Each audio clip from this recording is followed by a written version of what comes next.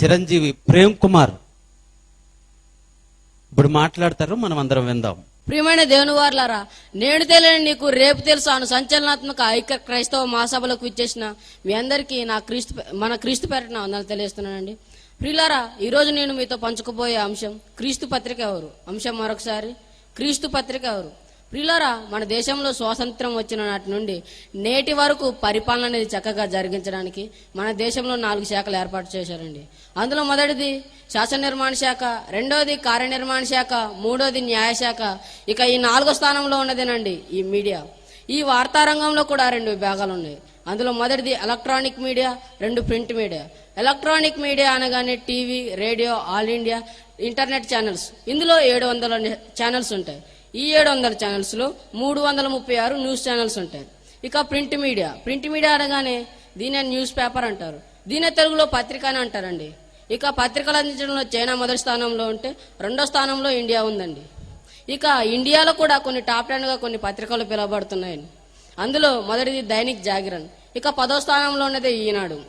ప్రియులారా, ఈ న్యూస్ అనే పదానికి ఈ మీడియా వారు ఇచ్చే నిర్వచనం ఏంటంటే ఈస్ట్, వెస్ట్, నార్త్, సౌత్, అంటే అన్ని దిక్కుల నుండి వార్తల శాఖ నుంచి మీకు చెబుతామనేదే వీరి ఉద్దేశం అండి. ఇంకా వీరంటారు, కనిపించే 3 సింహాలు శాసన నిర్మాణ శాఖ, కార్యనిర్వహణ శాఖ, న్యాయశాఖ అయితే కనిపించని 4వ సింహమే ఈ మీడియా అని అంటారండి. విచిత్రం ఏంటంటే వీరిని ప్రోత్సహిస్తూ వీరిని నడిపిస్తున్న సింహం ఒకటి ఉందండి, దాని పేరు అపవాది. ఇది అసలు కనిపించని సింహం. అసలు ఈ అపవాది గురించి దేవుడు బైబిల్లో ఏమని రాయించాడో ఒకసారి మీ చేతిలో ఉన్న బైబిల్ ఇప్పి చూడండి. పేతురు రాసిన మొదటి పత్రిక 5వ అధ్యాయము 8వ వచనం. పేతురు రాసిన మొదటి పత్రిక 5వ అధ్యాయము 8వ వచనం. మీ విరోధి అయిన అపవాది గర్జించి సింహం వలె ఎవరిని మృంగుదునని వెతుకుతూ తిరుగుతున్నాడు. పిల్లారా, ఎందుకు ఈ మీడియా వారిని అపవాది సంబంధం అంటామంటే, ఒక కన్న తండ్రి అంటే ఒక తండ్రి కన్నా కుమారుడికి తండ్రి పోలికలు వచ్చినట్టు ఈ మీడియా వారికి కూడా అపవాది పోలికలు వచ్చాయండి. ఎలా అంటారా, మనం చదివిన వచన భాగంలో ఏమనుందండి, అపవాది వాడు ఎవరిని మృంగుతున్నా వాడు వెతుకుతూ తిరుగుతుంటే వీరు మాత్రం ఎవరి గురించి తప్పుడుగా రాద్దామా, ఎవరి గురించి తప్పుడుగా మాట్లాడదామని వీరు వెతుకుతున్నారండి. ఇంకా వీరు ఇలా వెతుకుతూనే ఒక మాట అంటారండి, అదేంటో తెలుసా, బెటర్ సొసైటీ స్థాపిస్తామంటారండి. అంటే సమాజాన్ని ఒక మెరుగైన సమాజంగా తీర్చిదిద్దుతామని అంటారండి.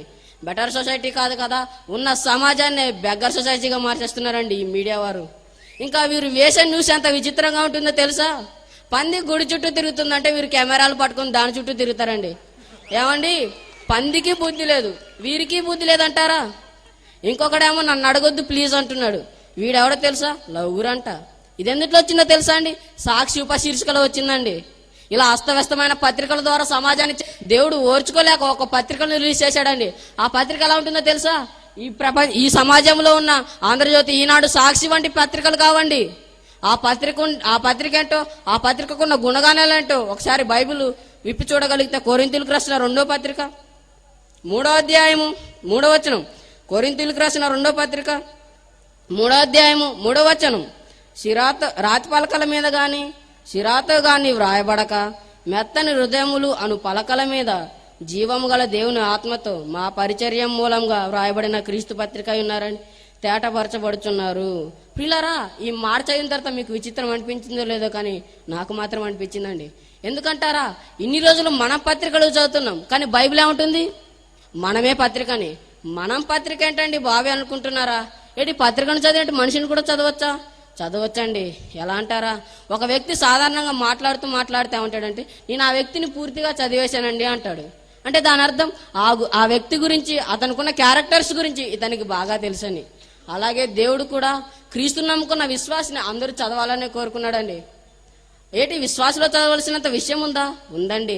మనం చదివినట్టుగా రాసేది శిరాతో కాక ఆత్మతో అయితే మన హృదయంలో ఉండాలని కోరుకున్నాడండి. అందుకే దేవుడు తన మాటలను ఎక్కడ రాస్తున్నాడండి, మెత్తని హృదయాల మీద రాస్తున్నాడు.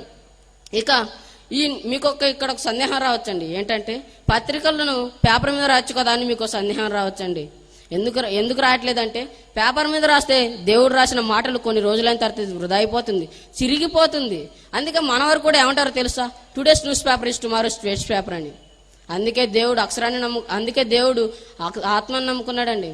ఇక అక్షరం అనే దాని గురించి ఆలోచిస్తే, అక్షరం అనేది ఎంత ప్రమాదకరమో దేవుడు పౌలు గారి ద్వారా అదే కొరింథీయులకు రాసిన పత్రికలో చెప్తున్నాడండి. కొరింథీయులకు రాసిన 2వ పత్రిక 3వ అధ్యాయం 6వ వచనం చివరి మాట. కొరింథీయులకు రాసిన 2వ పత్రిక 3వ అధ్యాయము 6వ వచనం చివరి మాట.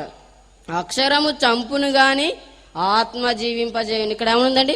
అక్షరం చంపుతున్నానుంది, ఆత్మ జీవింపజేస్తుంది. అక్షరం ఎలా చంపుతుందండి అని అనుకుంటున్నారా? ఇది తెలియడానికి మీకు ఉదాహరణ చెప్తానండి. మనందరికీ తెలుసు వైఎస్ రాజశేఖర రెడ్డి. ఇతను మరణించగానే వీరు రాసే మాటలకు, వీరు చెప్పే మాటలకు కొన్ని వందల మంది గుండెపోటుతో చనిపోయారండి. ఇంకా వీరు ఇలా చంపేస్తూ ఒక మాట అంటారండి. అదేంటో తెలుసా? కత్తి కంటే కలం మిన్న అంటారండి. నేనేమంటాను తెలుసా? కత్తి పోటు కంటే కలం పోటు మిన్న అంటానండి. ఎందుకంటారా? కత్తి పోటుతో పొడిస్తే డాక్టర్ దగ్గరికి వెళ్తే అది నయం అవుతుందండి. కలం పోటుతో పొడిస్తే నయం అయ్యే ప్రసక్తే లేదండి. ఎందుకంటారా? కత్తిపోటుతో పొడిచిన చాలా మంది ఎలా అంటారా? వైఎస్ రాజశేఖర రెడ్డి మరణించగానే వీరి రచనలతో కొన్ని వందల మంది గుండెపోటుతో చనిపోయారండి. చూశారా?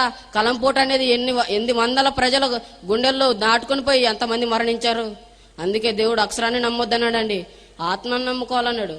ఇక క్రీస్తులోనికి వచ్చిన ఈ క్రీస్తు పత్రికను చదివి అనేక మంది మారాలని కోరుకున్నాడండి. కానీ నేడున్న క్రైస్తవ్యం అలా ఉందా? అలా ఉందని ప్రశ్నిస్తే వెళ్తే అలా లేదండి. ఎలా అంటారా? క్రైస్తవులు బయట సమాజానికి వెళ్ళి ఇల్లు అడిగితే ఇల్లు ఇవ్వరు, ఫంక్షన్ హాల్స్ అడిగితే ఫంక్షన్ హాల్స్ ఇవ్వరు, మరి కొంతమంది కదా అసలు ఏది ఇవ్వరండి.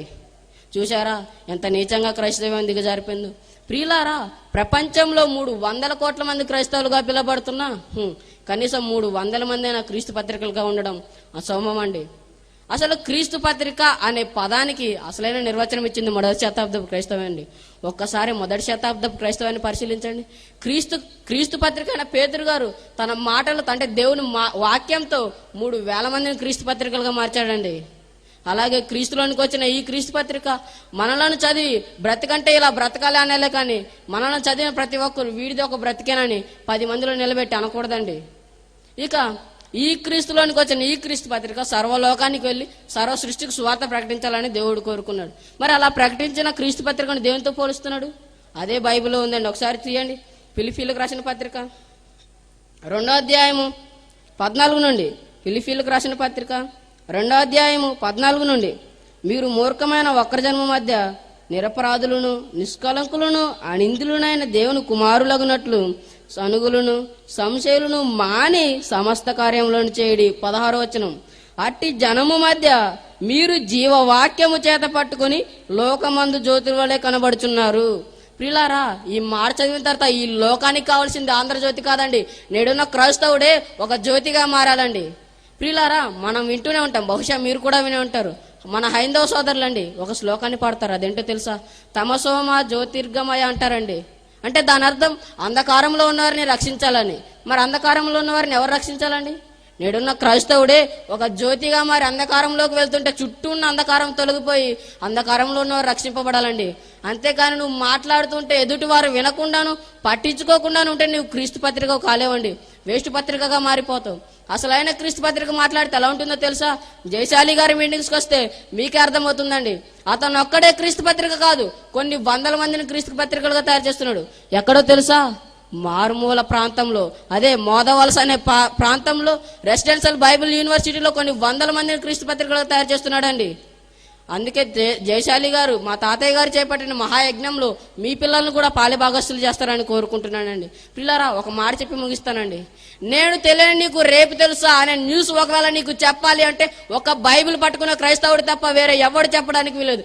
జ్యోతిష్కులైనా ఆఖరికి శాస్త్రవేత్తలైనా ఎవరు చెప్పినా మీరు నమ్మకండి. అసలు దేవుడు ఏమని చెప్పాడండి? రేపటి దినం గురించి చింతించకూడి అన్నాడు. మరి రేపటి దినం గురించి నీకెందుకు? నేడున్న దినం గురించి చింతించి దేవుని కోసం ఆలోచించి ఒకవేళ నీడే నువ్వు మరణిస్తే దేవుడు నీకు పరలోకాన్ని ఇవ్వడానికి సిద్ధంగా ఉన్నాడండి. ప్రియులారా, ఇక ఈ మీడియా వరకు నేను చెప్పే హెచ్చరిక ఏంటంటే, ఇలా అస్తవ్యస్తమైన పత్రికల ద్వారా సమాజాన్ని చెడు వైపు నడిపించకండి.